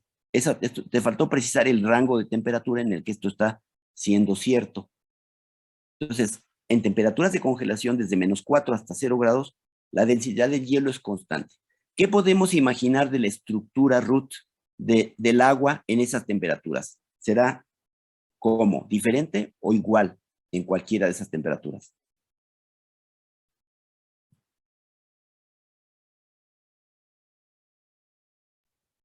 Es que cuando está en líquido, pues es diferente a la No, a ver, cuando... no es, perdón, pero estamos hablando del agua entre menos 4 y 0 grados, es sólida. Solo estamos describiendo esta pequeña parte Por lo de la mismo de curva. que está sólida, sus moléculas están más separadas, más juntas. Eso no lo sabemos y eso no lo dice la gráfica. Yo lo que quiero es que me digas qué crees que se puede deducir. Tú deduces que están más juntas, ¿de acuerdo? Bueno, ese es un error, pero ¿qué es lo que sí podemos decir de la gráfica? Estamos viendo cómo se comporta la densidad del agua o el agua al cambiar la temperatura entre menos 4 y 0 grados, nada más esta parte de la curva. ¿Y qué es lo que notamos? Que es idéntica la densidad a cualquiera de esas temperaturas. ¿Qué podemos pensar de la estructura? ¿Que varíe o que se mantenga la misma estructura? Que varía. Y hace rato era más separadas. No podemos. ¿Cómo vamos a decir que varió si tiene la misma densidad? La densidad es igual a la masa sobre el volumen. Entonces, la masa y el volumen del hielo a menos 4, a menos 3, a menos 2 y hasta 0 son iguales. La estructura del agua presumimos que no va a cambiar porque no cambia la densidad. No hay ningún reacomodo de las moléculas. Entonces, aquí tiene un comportamiento constante a temperaturas de congelación. Les puedo decir que si nos vamos abajo de menos 4, que es lo que se marca aquí, hasta menos 20, menos 30 y lo que quieran, la curva es totalmente idéntica. Es una curva totalmente horizontal. El hielo tiene la misma estructura desde menos lo que quieran hasta 0 grados centígrados. ¿Qué pasa con el agua cuando la calentamos? Podemos cambiar. Ahora le vamos a preguntar a Isaías de la Cruz. ¿Qué pasa después de los 0 grados centígrados? ¿Isaías está? Sí, aquí estoy. Sí. ¿Qué pasa, Isaías? Después de los 0 grados hasta los 4 grados centígrados, la densidad va aumentando de manera constante. Ajá. Hasta los 3.98 grados centígrados. Ajá. Y alcanza una densidad máxima, que es de 1. Sí, ¿y luego? Luego, de ahí empieza a disminuir la densidad. Después de la densidad máxima empieza a bajar la densidad y se queda, creo que hasta los 6 grados, donde Sí. quedaría... Bueno, sí, aquí aclaro que como es un pedacito de gráfica, esto se comportaría igual, sería lineal, ¿no? O sea, está Sí. con la misma pendiente. O sea que a 10 grados, 20, 30, pues cada vez la densidad entonces cada vez después de los 4 grados la densidad va disminuyendo. va disminuyendo. Ahora, vamos a ver. A lo mejor no entendemos qué pasó aquí. Bueno, sí sabemos qué es lo que sucedió aquí exactamente. Sobrevino la... Bueno, sobrevivió bueno, ya se... ¿Cómo se condensó? ¿Qué fenómeno ocurrió aquí? ¿A 0 grados? A 0 grados se congeló. Bueno, pero estamos empezando desde que estaba congelada. Ya estaba congelada. ¿Qué pasó a 0 grados? Pasó de estado sólido a líquido. Se fundió. Se fundió. Llegó al punto de fusión. Ajá. Muy bien. Ahora, aquí no cambió porque aparentemente la estructura del hielo es toda igual, no importa qué tan baja sea la temperatura, siempre que estemos abajo del punto de congelación. Aquí la densidad empezó a aumentar. ¿Eso es lógico?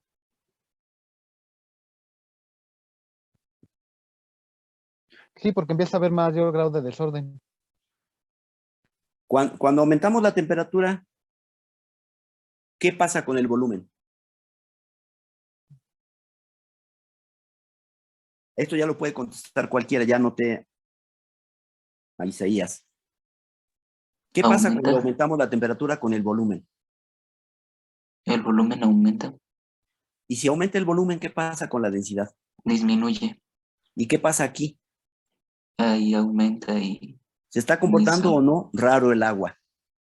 Sí, ahí ya... La estoy calentando, esperaría que se expanda, y si se expande ocupa más volumen, y si ocupa más volumen, debe de disminuir la densidad, y pasa lo contrario, aumenta hasta los 4 grados, 3.98, bueno, redondeamos a los 4.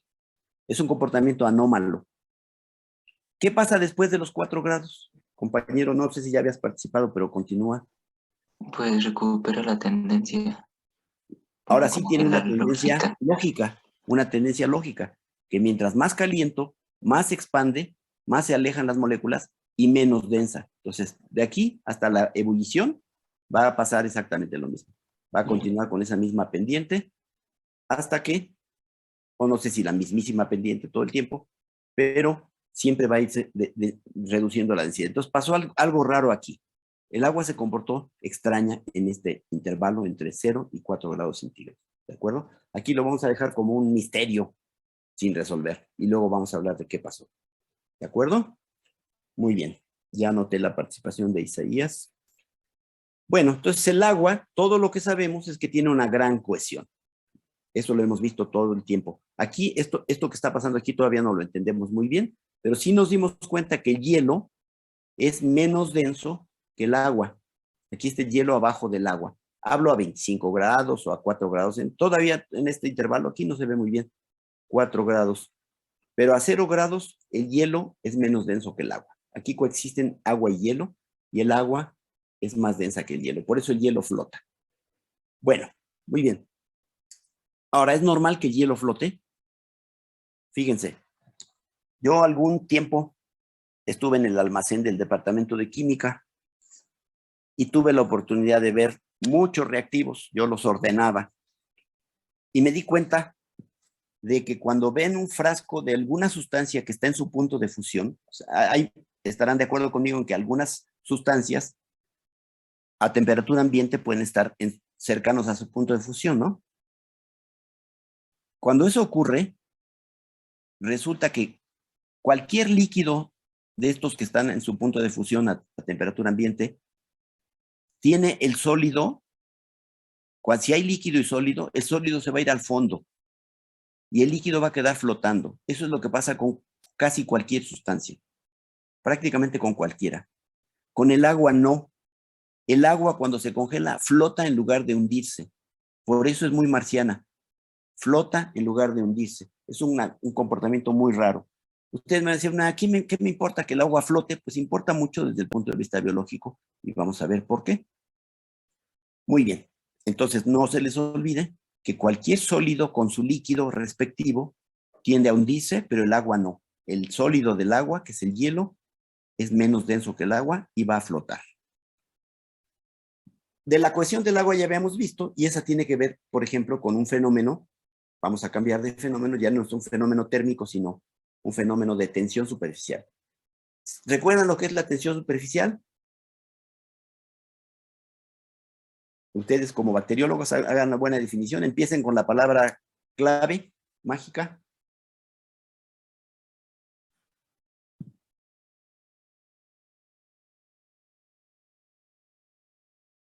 ¿Qué es la tensión superficial?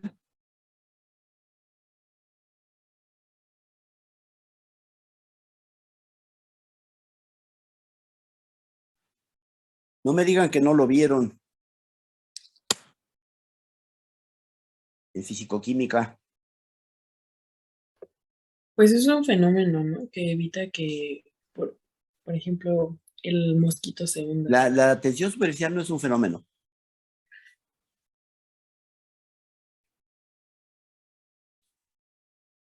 ¿Se puede ver como una fuerza? Es una fuerza. Se puede medir, ¿no? Dinas por centímetro cuadrado, etc. Es una fuerza.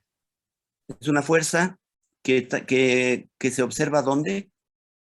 ¿O que se En la registra dónde? superficie de los líquidos, en este caso, pues del agua, y como nos muestra el esquema, las moléculas que están más en la superficie van a estar como que de alguna forma podemos ver que las moléculas que están en medio pues reparten como que hacia todos los lados, ¿no? Y en el caso de las que están hasta la superficie solo pueden repartir eso entre las que están a sus lados, pues.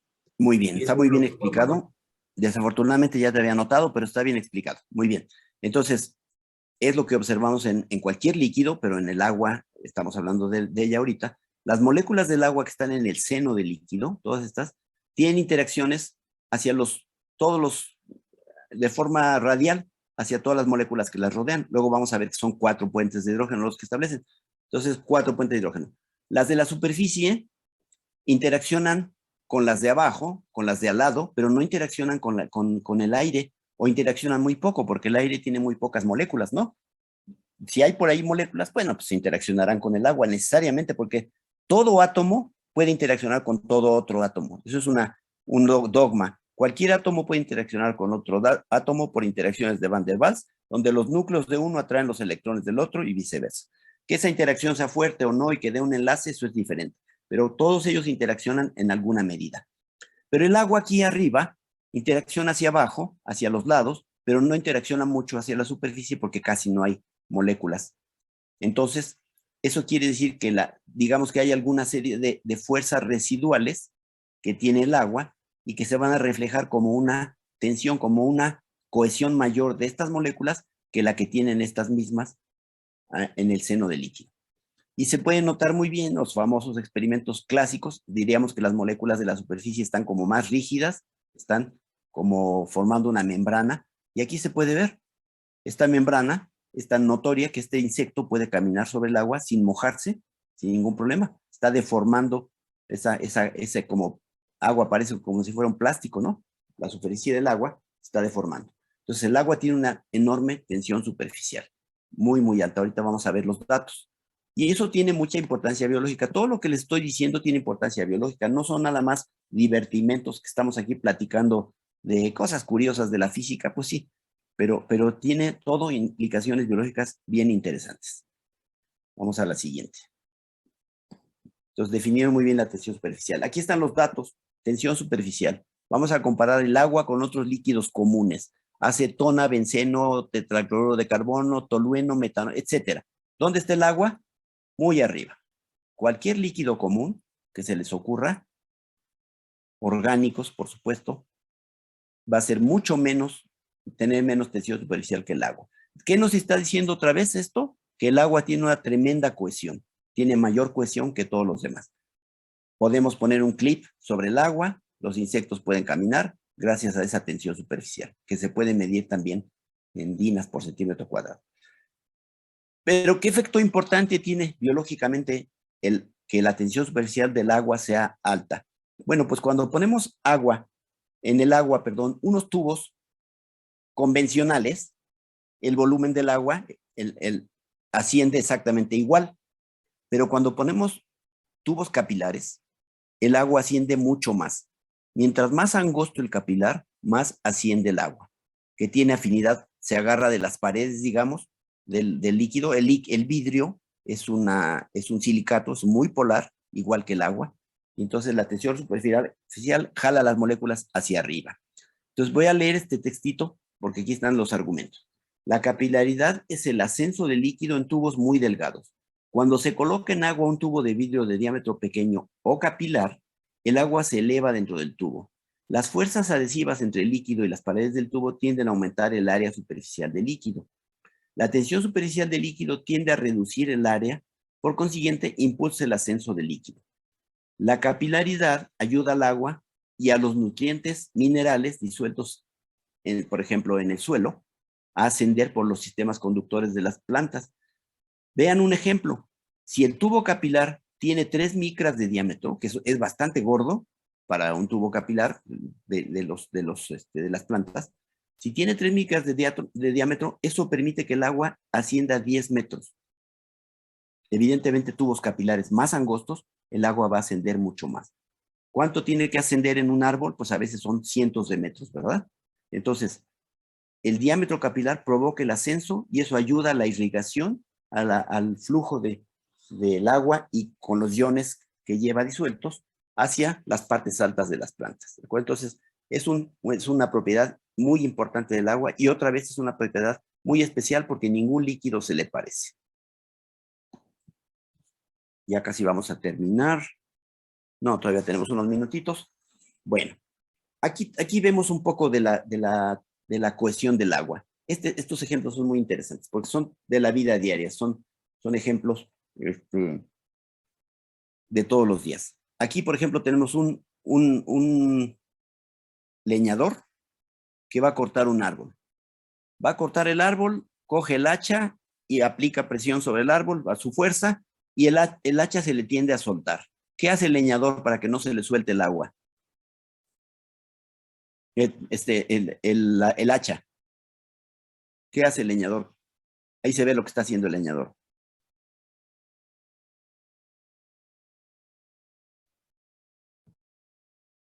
¿No saben qué hace un leñador cuando se le zafa el hacha? Bueno, entonces díganme qué hacemos cuando pasamos las hojas de un cuaderno y nos cuesta trabajo porque no es fácil pasarlas. ¿Qué hacemos? ¿O qué hace alguna gente? ¿No entendí qué? ¿Qué hacemos? Nos mojamos el dedo con saliva. ¿Y por qué con el dedo mojado podemos pasar las hojas? ¿Perdón? Se adhieren mejor. ¿Qué es lo que está pasando ahí?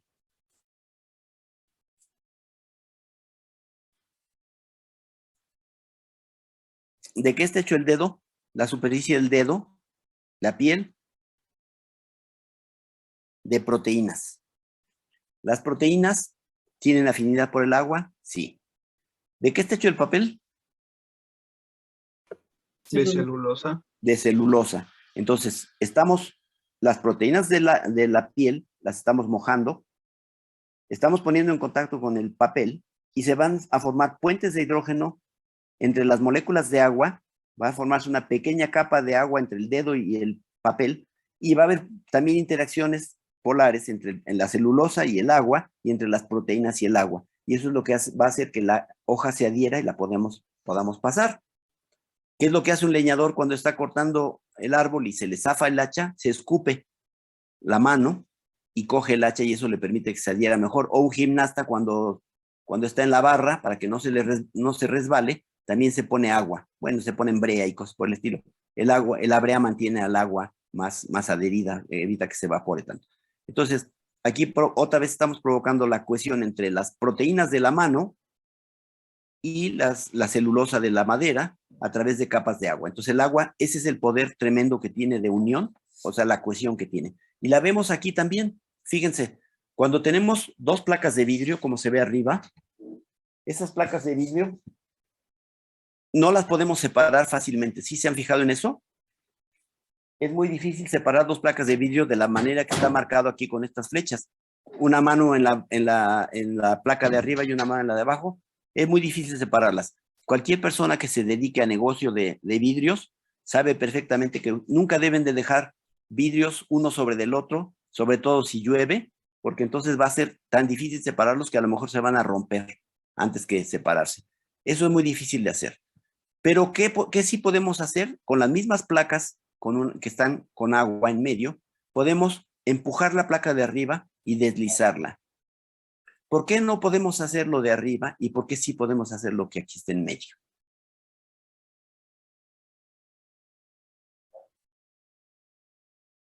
Porque el agua, ustedes pueden coger la placa de arriba y la de abajo automáticamente la van a tener ahí, no se va a caer. ¿Por qué? Porque hay cohesión. ¿Y qué es lo que está pegando las dos placas de vidrio? El agua.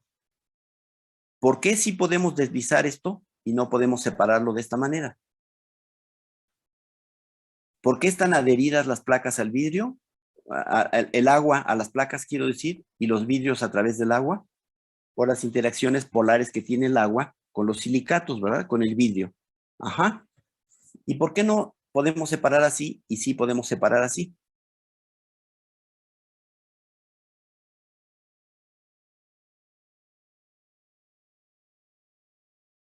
Porque no se está, bueno, separarlo como en la imagen de arriba, es como si tratáramos de romper las fuerzas que tiene el agua con el vidrio.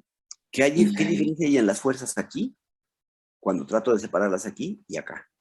En la de abajo, pues yo digo que realmente no se está tratando de romper, sino que se está desplazando. ¿No se rompen uniones? Pues por la capilaridad, podríamos No, a ver, decir que es... aquí el asunto de capilaridad no son tubos, son placas.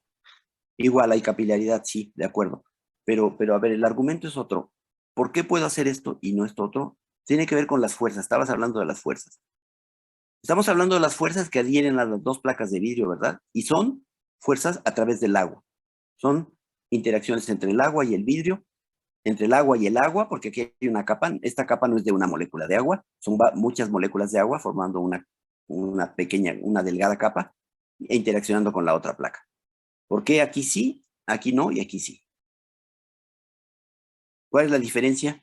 Estamos aplicando fuerza. En cualquier caso tenemos que aplicar fuerza. Deslizar la placa, vamos a empujarla o a jalar estas dos. Es porque en la figura de arriba vamos a tratar de romper todas las fuerzas que están uniendo ambas placas, pero al mismo tiempo todas las fuerzas, sin en cambio en la parte de abajo, pues vamos a estar como que... Sí. Excelente. En la parte de abajo, ¿qué estamos haciendo? En la parte de abajo, pues vamos a ir como que rompiendo por partes, ¿no? Simplemente va a ir deslizándose y conforme de forma, pues, de alguna forma decirlo horizontal, pues vamos a ir rompiendo por partes así todas esas fuerzas que mantienen juntas a las placas. Sí, más o menos eso está ocurriendo. Aquí tratamos de romper todas las fuerzas que mantienen unidas a las moléculas de agua con las placas. De un jalón, todas juntas. Aquí estamos rompiendo muchas fuerzas, por supuesto. Cuando deslizo, se van a separar estas de aquí, ¿verdad? Esto va a quedar ya sin alejado. Entonces, cuando rompí todos los puentes de hidrógeno o todas las interacciones que había en esta zona y moví las moléculas de agua, pero las moléculas de agua cambiaron de posición. algunas que estaban aquí siguen interaccionando con otras acá cuando lo deslizo, ¿no? Se mantienen todavía muchas fuerzas. Sigo deslizando, se siguen manteniendo fuerzas. Las moléculas de agua que se mueven de aquí, pegadas a la placa de arriba, por ejemplo, siguen interaccionando con las que encuentren más adelante. Conforme se van moviendo, sigue habiendo interacciones. No estoy rompiéndolas todas al mismo tiempo. Estoy rompiendo de manera gradual, hasta que finalmente ya rompí las últimas, que son muy poquitas, cuando ya las dos placas están casi en la orilla, y eso es mucho más fácil de hacer. Muy buena tu participación. No sé si ya habías participado. Sí, ya soy Frías. Bueno, nada más te voy a hacer una pequeña corrección y no se molesten cuando les diga esto, pero no usen esto de sin en cambio. O dicen en cambio, Perdón, gracias. en cambio o sin embargo, ¿no? ¿De acuerdo? Bueno, muy bien. Bueno, pues ya se nos terminó el tiempo. Vamos a continuar el próximo martes, ¿eh? Todavía con esto. Ya vamos a pasar a la parte biológica. Ahorita estamos viendo puras cosas así como de física y cosas de macroscópicas manifestaciones macroscópicas del comportamiento del agua. Pero vamos a aterrizarlo en cuestiones de importancia biológica la próxima clase. Hasta luego. Que estén bien. Hasta luego, gracias. Adiós.